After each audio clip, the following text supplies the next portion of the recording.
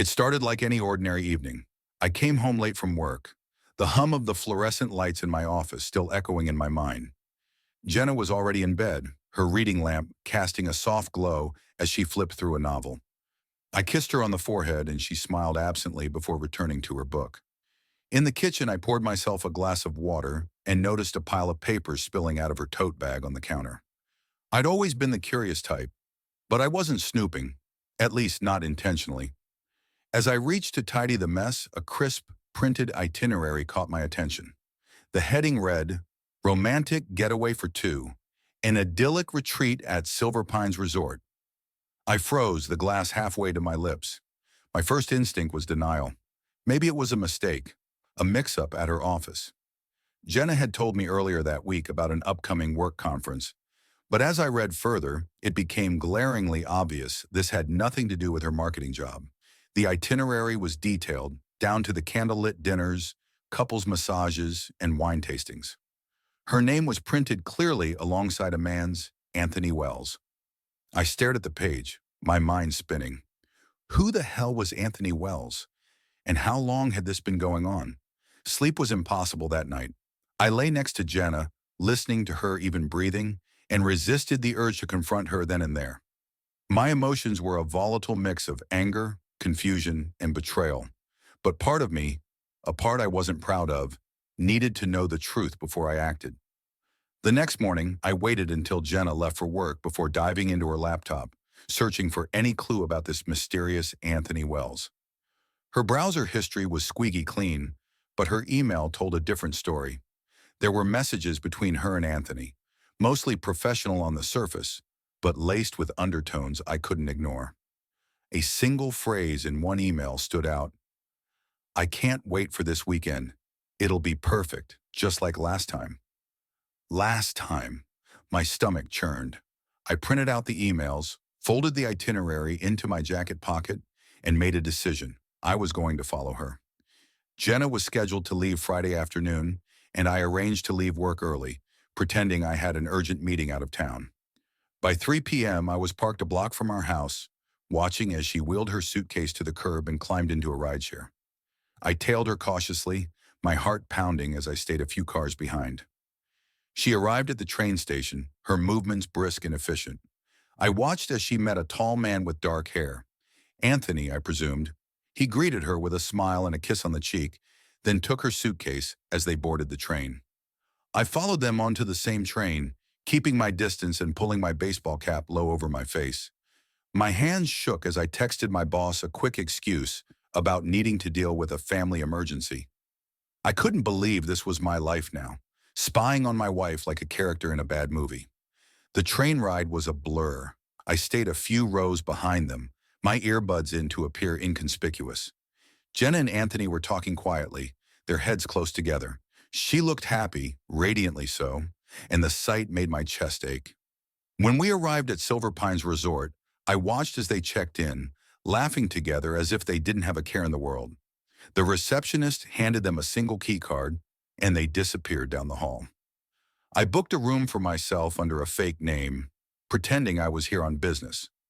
My room was small and unremarkable, but it gave me a vantage point. I spent the rest of the evening pacing, my mind racing. What was I going to do? Confront them? Call Jenna out in public? My rational side told me to wait and gather more information. Later that night, I ventured out, hoping to catch a glimpse of them without being seen. The resort was picturesque, with twinkling lights and the faint scent of pine in the air. I spotted them on the patio of the restaurant, sharing a bottle of wine. Anthony leaned across the table, touching her hand as he spoke. She laughed, her face lit up in a way I hadn't seen in years. It was like watching a stranger wear my wife's face. I turned away, my chest tight with rage and humiliation. But as I made my way back to my room, I noticed something odd. A man in a black coat was lingering near the restaurant entrance, watching them just as I had been. At first I thought he might be another jealous spouse, but something about him felt off. He wasn't just observing, he was studying them, his expression unreadable. I quickened my pace, unease settling in the pit of my stomach. Something told me this wasn't just about an affair anymore. The man in the black coat haunted my thoughts as I paced my room that night. His stillness, his gaze. It wasn't the look of a curious stranger or a wronged husband. It was predatory, calculated, like he was waiting for something. I peered out my window toward the restaurant patio, but Jenna and Anthony had already left. My heart thudded in my chest as I wondered if they were now tucked away in the room they had checked into together. The thought made my blood boil, but the memory of the man lingered. Was he a private investigator? Maybe Anthony wasn't as clean-cut as he seemed. Or worse, was Jenna in some kind of danger? The next morning I saw them again at breakfast. Jenna was in a flowy sundress, her hair cascading down her shoulders. She looked beautiful, painfully so, and it reminded me of the early days of our marriage when she would dress up for me like that. They sat at a table near the window, their laughter light and carefree. My fists clenched as I sipped the watery coffee from the resort's dining hall, sitting just far enough away to blend into the background. Then out of the corner of my eye, I spotted him again, the man in the black coat. He was at the bar, stirring a drink he didn't seem interested in, his eyes flicking toward Jenna and Anthony every so often. This time, I decided to do something about it. I waited until the man got up and exited the dining hall. Tossing my cup in the trash, I followed him into the lobby. He walked briskly toward a side hallway, and I quickened my pace, calling out, "Hey, excuse me!" He stopped, turning slowly. Up close, his face was sharp, his eyes cold and calculating. He looked at me like I was a fly buzzing too close to his plate. "Can I help you?" he asked, his tone flat. I hesitated, caught off guard by his intensity. "I couldn't help but notice you, watching that couple in the dining hall. Is everything okay?" His lips twitched, almost like a smile. "You're quite observant." I didn't answer, my pulse racing. The man sighed, slipping his hands into his pockets. "Look, pal, I don't know what you're fishing for, but I've got no quarrel with them. I'm just here to enjoy the scenery." The way he said it made my skin crawl. Before I could press further, he turned and walked off, leaving me standing in the hallway with more questions than answers. I spent the rest of the day keeping a careful eye on both Jenna and Anthony, as well as the man in the black coat.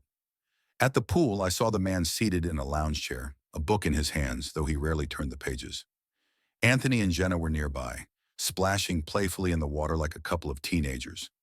It felt like a surreal nightmare, watching my wife act like a woman in love with someone else. But as painful as it was, I couldn't ignore the bigger picture. The man was always there, lurking on the periphery. That evening, I decided to take a risk. I followed Jenna and Anthony again, this time to a secluded outdoor seating area near the woods. They were talking quietly, their heads close together. Anthony handed her an envelope, which she opened with trembling hands. I strained to hear them but couldn't make out the words. Her expression shifted from confusion to something darker. Fear. Anthony placed a hand on her arm, murmuring something that seemed to calm her. My focus was so intense that I didn't notice the man in the black coat until he was standing next to me. "You've got quite a habit of following people," he said softly, startling me. I whipped around, my heart pounding. "What do you want?" I hissed. "Same thing you do," he said, his tone maddeningly calm. "Answers." I narrowed my eyes. "Who are you?" He glanced toward the couple, then back at me. "Let's just say I'm someone who doesn't like unfinished business." "What does that mean?" I demanded. Before he could answer, Anthony's voice carried through the night air. "It's taken care of. You won't have to worry about him anymore." I froze. "Who's him?" I whispered. But the man beside me didn't respond.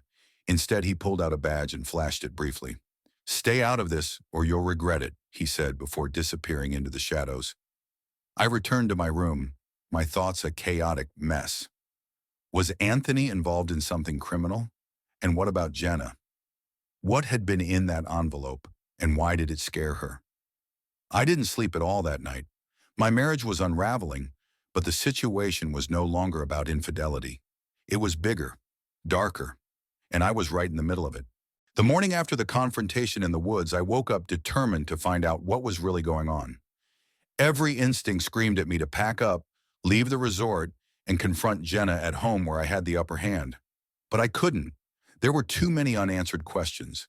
And something about Anthony and that man in the black coat felt dangerous. After a quick breakfast in my room, I ventured to the resort's reception desk, hoping for a lead. The concierge, a young woman with bright red lipstick, greeted me with a professional smile. "I'm wondering if you could help me," I said, keeping my voice light. "I'm trying to locate a guest. I believe his name is Anthony Wells." Her polite expression wavered. "I'm sorry, sir. We don't disclose information about other guests." I leaned in, lowering my voice. "Listen, it's nothing sinister. He might have misplaced something important, and I'm trying to return it to him." Her hesitation lasted only a moment before she nodded. "Room 312, but please don't tell him I told you." I thanked her and walked away, my pulse quickening. Room 312. The hallway on the third floor was eerily quiet, the faint scent of cleaning supplies lingering in the air. I stopped outside room 312, my ear pressed to the door. Nothing. No voices, no movement. I knocked lightly. Still nothing. My hands were shaking as I tried the doorknob. It was locked, of course, but years ago, I'd learned how to pick a lock out of sheer boredom. With a tension wrench and a paperclip I'd brought along, I went to work. My clumsy fingers struggled, but after a few agonizing moments, the lock gave way with a soft click. The room was meticulously tidy, which made it easy to spot the envelope sitting on the desk. It looked identical to the one Anthony had handed Jenna the night before. My breath hitched as I reached for it, half expecting someone to burst in and catch me. The envelope wasn't sealed, and inside was a single sheet of paper, a contract. The words made my blood run cold, agreement of silence and non-disclosure. The contract was between Anthony Wells and Jenna Garrett, my wife. The terms were vague but damning. It mentioned a sum of money exchanged for cooperation and non-disclosure of past events. The kicker? At the bottom of the page, beneath her signature, was a handwritten note. "Ensure the husband remains unaware." My stomach churned as I shoved the paper back into the envelope. What had Jenna gotten herself into? And why did Anthony care whether I knew? I took out my phone and snapped a photo of the contract before putting everything back in its place. As I turned to leave, the door opened. Anthony stood there, his tall frame blocking my path. His eyes narrowed as he took in the scene. "Well," he said coolly, "this is awkward." The morning after the confrontation in the woods, I woke up determined to find out what was really going on. Every instinct screamed at me to pack up, leave the resort, and confront Jenna at home where I had the upper hand. But I couldn't. There were too many unanswered questions. And something about Anthony and that man in the black coat felt dangerous. After a quick breakfast in my room, I ventured to the resort's reception desk, hoping for a lead. The concierge, a young woman with bright red lipstick, greeted me with a professional smile. "I'm wondering if you could help me," I said, keeping my voice light. "I'm trying to locate a guest. I believe his name is Anthony Wells." Her polite expression wavered. "I'm sorry, sir. We don't disclose information about other guests." I leaned in, lowering my voice. "Listen, it's nothing sinister. He might have misplaced something important, and I'm trying to return it to him." Her hesitation lasted only a moment before she nodded. "Room 312, but please don't tell him I told you." I thanked her and walked away, my pulse quickening. Room 312. The hallway on the third floor was eerily quiet, the faint scent of cleaning supplies lingering in the air. I stopped outside room 312, my ear pressed to the door. Nothing. No voices, no movement. I knocked lightly. Still nothing. My hands were shaking as I tried the doorknob. It was locked, of course, but years ago, I'd learned how to pick a lock out of sheer boredom. With a tension wrench and a paperclip I'd brought along, I went to work. My clumsy fingers struggled, but after a few agonizing moments, the lock gave way with a soft click. The room was meticulously tidy, which made it easy to spot the envelope sitting on the desk. It looked identical to the one Anthony had handed Jenna the night before.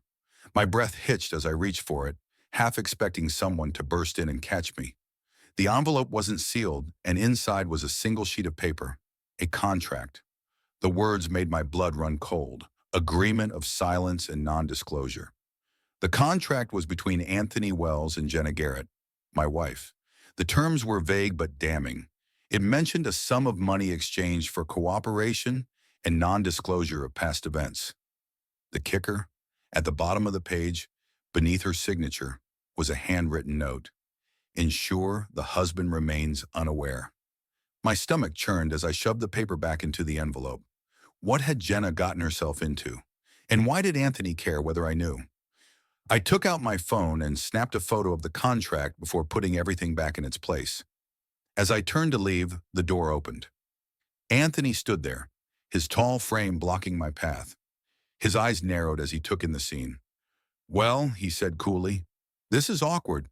I couldn't shake the image of the key Jenna had slipped into her pocket. What could it open? A safety deposit box? A storage unit? Something buried deeper than I could imagine? When they returned to the resort, I followed Jenna to her room, careful to remain unseen. She entered alone. Anthony must have had his own room, though I doubted he'd stay away for long. I stood in the hallway, debating my next move. Then the door opened again. Jenna stepped out, clutching her purse close, her eyes darting nervously down the corridor. She didn't see me tucked around the corner as she hurried toward the elevator. I made a split-second decision to follow her. She didn't head for the main entrance. Instead, Jenna walked toward the back of the resort, exiting through a side door that led to the parking lot.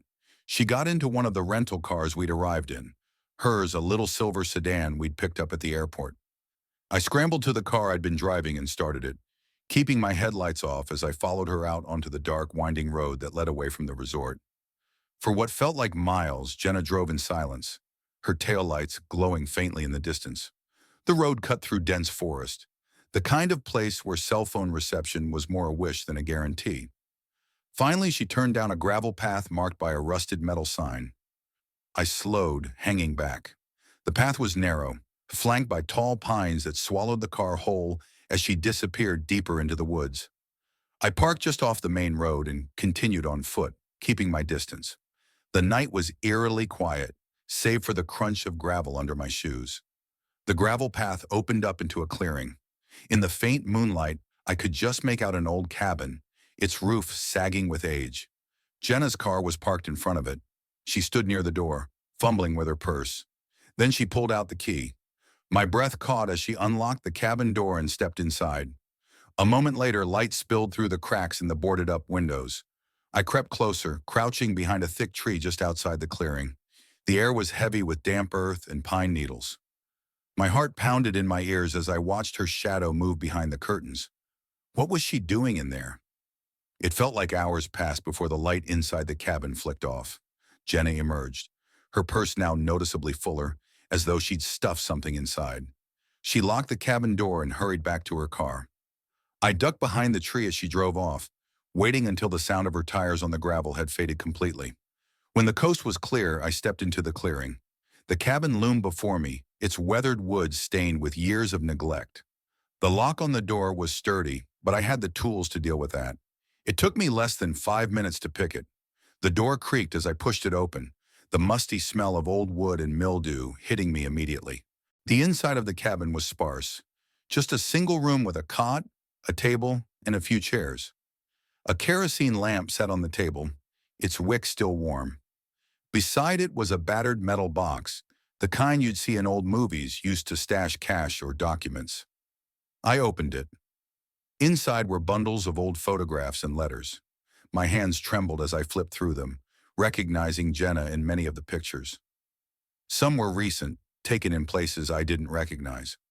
Others were much older, grainy sepia-tone images of her standing beside people I didn't know. One photo in particular caught my eye. Jenna stood beside the same man from Anthony's phone, her smile forced and her arms stiffly wrapped around his waist. Behind them was a building with a faded sign that read Belmont Correctional Facility. I rifled through the letters, most of which were addressed to Jenna in handwriting I didn't recognize. The contents were cryptic, referencing agreements, repayments, and loose ends. One phrase kept appearing: "No one must ever know." A noise outside made me freeze. Footsteps. I shoved the letters and photos back into the box and extinguished the lamp, plunging the room into darkness. My heart raced as the footsteps grew louder, stopping just outside the door. The doorknob rattled. I held my breath, gripping the edge of the table for balance. Whoever was outside didn't come in. After a moment, the footsteps retreated and the clearing fell silent once more. I waited for what felt like an eternity before stepping outside. The clearing was empty, but a deep sense of unease lingered. Had it been Anthony, the man in the black coat, or someone else entirely? Back in my car, I reviewed everything I'd seen. The cabin, the photos, the letters. They painted a picture of a life Jenna had carefully hidden from me. But why? I couldn't confront her yet, not without understanding the full scope of what she was involved in. Instead, I decided to play along, pretending I didn't know anything. I had to be patient, but patience had never been my strong suit. The following morning, I returned to the resort as if nothing had happened. I even stopped by the breakfast buffet, forcing myself to load my plate with eggs and toast I had no intention of eating. I couldn't risk Jenna suspecting anything. She joined me halfway through, her expression carefully neutral as she sat across from me. Her hair was damp from a shower, and the light floral scent of her shampoo filled the space between us. "Morning," she said, picking up a piece of fruit from my plate and biting into it. "Morning," I replied, keeping my tone light. "How was your evening?" Her chewing slowed, but she didn't look up. "Fine. Just stayed in the room. Read a little." "You?" "Same," I lied. "Watched a boring movie and fell asleep." For a moment, I thought she might press further, but instead she reached for the coffee pot. "We should do something together today. Maybe a hike?" "Sounds good," I said, nodding. "Let's find a trail after breakfast." The hike was uneventful, save for the moments where I caught her glancing at me out of the corner of her eye, as though gauging my mood. I kept up the facade of a devoted, unsuspecting husband, asking about her work, laughing at her jokes. But beneath it all, my mind churned with everything I discovered the night before. When we returned to the room, Jenna excused herself to shower. As soon as I heard the water running, I retrieved her purse from where she'd left it on the bed. My hands trembled as I unzipped it and rummaged through the contents. Lipstick, a wallet, tissues, and a single folded piece of paper. I unfolded it to find an address scrawled in Anthony's handwriting, along with the words, 11 p.m. tonight. Bring the box. That night, I pretended to fall asleep early, lying motionless in bed as Jenna tiptoed around the room, gathering her things. When the door clicked shut behind her, I waited a few moments before slipping out of bed and following. She made her way to the parking lot, the metal box from the cabin tucked under her arm. I followed at a safe distance, keeping the shadows as my cover. She drove for nearly an hour before pulling into an abandoned warehouse lot on the outskirts of town. I parked my car several streets away and crept toward the building on foot. Inside, the warehouse was cavernous and dimly lit, the kind of place where whispers seem to echo forever. Jenna stood near the center, the box on the ground at her feet. Anthony emerged from the shadows, his hands shoved deep into the pockets of his coat. "Do you have it?" he asked, his voice low and urgent. Jenna nodded and nudged the box toward him with her foot. "It's all there. Photos, letters, everything." Anthony crouched down, opening the box and rifling through its contents. A faint smile tugged at the corners of his mouth as he examined the items. "This should keep him off your back for a while," he said, straightening up. "But you know it's only a matter of time before he wants more." Jenna crossed her arms, her jaw tightening. "This was the last time, Anthony. I mean it." "Sure," Anthony replied with a shrug. "But if I were you, I'd be prepared for him to come knocking again. People like him don't just disappear." My breath hitched as the pieces began falling into place. The man in the photos, the one Jenna had visited in the correctional facility, wasn't just a random face from her past. He was someone she was still connected to, someone who had enough leverage over her to demand secrecy and whatever was in that box. But who was he? And why was Anthony involved? As I shifted my weight, my foot brushed against a loose piece of metal on the floor. The sound echoed like a gunshot in the silence. Both Jenna and Anthony froze, their heads snapping in my direction. "Who's there?" Anthony called out, his voice sharp. I ducked behind a stack of crates, my heart pounding in my chest. Anthony whispered something to Jenna, and she nodded, glancing around nervously. He pulled out his phone, the glow of the screen briefly illuminating his face. "This isn't safe," he said. "We need to leave." "What about the box?" Jenna asked. "Leave it," he snapped. "We'll deal with it later." I watched as they hurried toward the exit, their footsteps fading into the distance. Once I was sure they were gone, I stepped out from my hiding spot and approached the box. My hands shook as I opened it, sifting through its contents. There were photos I hadn't seen before, grainy images of Jenna handing envelopes to an older man outside a diner, her face pale and drawn. There were also letters addressed to someone named Victor. One stood out. "I don't care how much it costs. I'll pay whatever you want. Just keep him away from my family." My head spun as I tried to process the implications. Jenna had been paying someone, this Victor, to protect us from what? Or who? And why hadn't she told me? The deeper I dug, the less sense it all made. But one thing was clear. This wasn't just an affair. Jenna was caught in something far darker than I could have imagined. I couldn't sleep that night. Even after returning to the resort and crawling back into bed, my mind raced with questions. Jenna was still out, and as I lay there in the dark, I tried to piece together the puzzle. Victor. The name felt ominous, hanging in my thoughts like a storm cloud. Who was he? The man from the photographs, the letters, in the correctional facility? And what did Jenna owe him that had her entangled in this web of secrecy and lies? The next morning, Jenna returned to our room just as the sun was beginning to rise. She moved quietly, but her movements woke me. Or at least that's what I wanted her to think. "You're up early," I murmured, feigning grogginess. "Couldn't sleep," she replied, avoiding my gaze. She slipped into the bathroom, and I heard the shower start moments later. I clenched my fists beneath the covers. She was lying again. The rest of the day passed in a strained silence. Jenna acted as if everything was fine, but I could see the tension in her every move, the way she kept checking her phone, the way her eyes darted to the door whenever someone walked by. I decided to take matters into my own hands. While she was out of the room later that afternoon, I searched her suitcase. Tucked beneath her clothes was a small leather-bound planner. Flipping through it, I found what I was looking for: a series of appointments, names, and addresses. One name stood out, circled in red. Victor R. Next to it was a phone number and an address in the city we'd flown into. That evening, I told Jenna I was going out for a walk. She barely looked up from her phone as I left the room. I drove into the city, the address burning in my mind.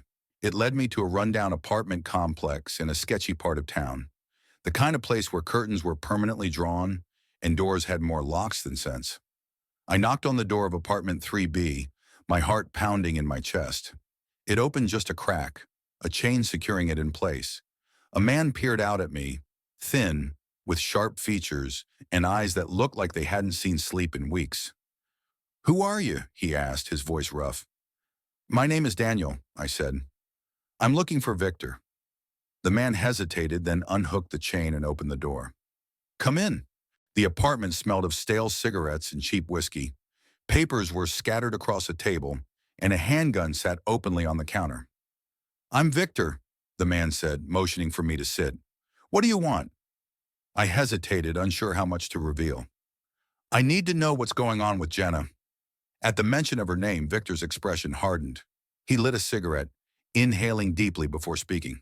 "Jenna's been in over her head for a long time," he said, "but I didn't expect her husband to show up on my doorstep." "What do you mean over her head? Who are you to her?" Victor leaned back in his chair, studying me. "I'm the guy who's been keeping your family safe." His words hit me like a freight train. "Safe from what?" Victor snorted. "You really don't know, do you? She never told you about the deal she made?" "What deal?" I demanded, my voice rising. He exhaled a cloud of smoke, tapping ash into a nearby tray. "A few years ago, Jenna got tangled up with some bad people. Loan sharks, extortionists, you name it. She came to me because I have connections. She needed protection, for herself and for you." I stared at him, my mind reeling. Why would she need protection? She owed them money, a lot of it. And when she couldn't pay, they threatened to come after you. Your house, your business, everything you've worked for. I felt like the ground was crumbling beneath me. "So she's been paying you to keep them off our backs?" Victor nodded. "But that kind of thing doesn't come cheap. And now they're sniffing around again? She's running out of options." "What about Anthony?" I asked. "Where does he fit into this?" Victor's expression darkened. Anthony's a middleman. He pretends to be on Jenna's side, but he's really working for them. He's the one who started funneling information to her creditors about where she keeps her assets. The room spun as the truth sank in. Anthony wasn't just her lover. He was her betrayer. Victor reached for a piece of paper on the table, scribbling something down. If you want answers, go here. I took the paper, which had an address scrawled across it. But let me warn you, Victor said, his tone grave. Once you go down this road, there's no turning back. These people don't play games. And if you're not careful, you'll end up just like her. Trapped. I stood, clutching the paper tightly. Thanks for the warning, but I need to know the truth. Victor didn't stop me as I left. The drive back to the resort was a blur. My hands gripped the steering wheel tightly, my mind racing. Jenna had been keeping secrets, dangerous ones. And now I was on the brink of uncovering everything she'd tried so hard to hide. When I returned to our room, Jenna was asleep, her face serene in the glow of the bedside lamp. For a moment, I just stood there staring at her. She looked so peaceful, so innocent. But I knew better now. The next morning, Jenna woke up to find me already dressed. I sipped coffee by the window, the paper Victor had given me burning a hole in my pocket. You're up early, she said, stretching as she sat up in bed. Couldn't sleep, I replied, echoing her excuse from the day before. She glanced at me, her brow furrowing slightly. Something on your mind? I shook my head. Just thinking about what we should do today. Maybe head back into the city? Her hesitation was almost imperceptible, but I caught it. Sure, she said after a moment. We can do that. The address Victor had given me was etched into my thoughts. I mapped it out in my head, playing out how I would get there without Jenna catching on. The opportunity presented itself when we arrived downtown. Jenna wanted to browse a boutique she'd spotted, and I offered to grab us coffee while she shopped. Take your time, I said, forcing a smile. I'll meet you back here. She nodded, already distracted by the colorful window displays. As soon as she disappeared inside, I slipped away. The address led me to a nondescript office building with a faded sign that read, Financial Solutions. It looked ordinary enough, but the moment I stepped inside, I felt the tension in the air. A receptionist barely glanced at me as I approached the desk. I'm here to see whoever's in charge, I said, my voice steady. She raised an eyebrow but didn't argue. After a few clicks on her keyboard, she motioned for me to take a seat. Minutes felt like hours before a tall man in a sharp suit appeared. His presence was commanding, and his eyes were as cold as ice. You must be Daniel, he said, extending a hand. I'm Mr. Klein. I shook his hand, my grip firm. I need to know what's going on. Klein led me to his office, closing the door behind us. The room was minimalist, the walls lined with filing cabinets and a single abstract painting. I assume you're here about Jenna, he said, sitting behind his desk. I nodded. I want the truth. No more lies, no more games. Klein leaned back in his chair, studying me. Jenna came to us years ago with a desperate plea. She owed a significant debt to some very dangerous people, and we agreed to help her, for a price. And what was that price? I asked, my fist clenching. Everything, Klein said simply. Her money, her assets, even her loyalty. He opened a drawer and pulled out a folder, sliding it across the desk. Inside were more photos, more documents. One stood out, a signed agreement between Jenna and Klein's organization. She agreed to funnel information about your finances, your business, anything we could use as leverage. My stomach turned. So she sold me out? Not exactly, Klein replied. She was trying to protect you, but she underestimated how deep this rabbit hole goes. I left the office with more questions than answers. The betrayal stung, but so did the realization that Jenna had been trying to shield me from this nightmare. When I returned to the boutique, Jenna was waiting outside holding a bag.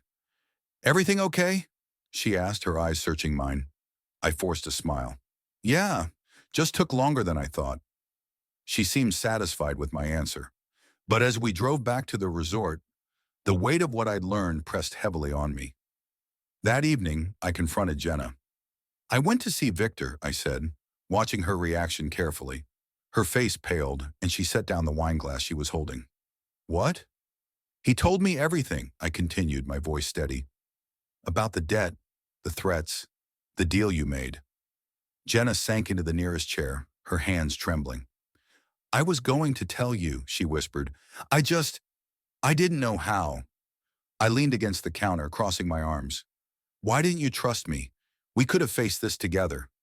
Tears filled her eyes. I was trying to protect you, Daniel. If they knew you were involved, they would have destroyed you. I thought I could handle it on my own. For a long time, neither of us spoke. The silence was heavy, filled with unspoken words and lingering resentment. Finally, I broke the silence. We're in this together now, whether you like it or not. No more secrets, no more lies. Jenna nodded, her gaze fixed on the floor.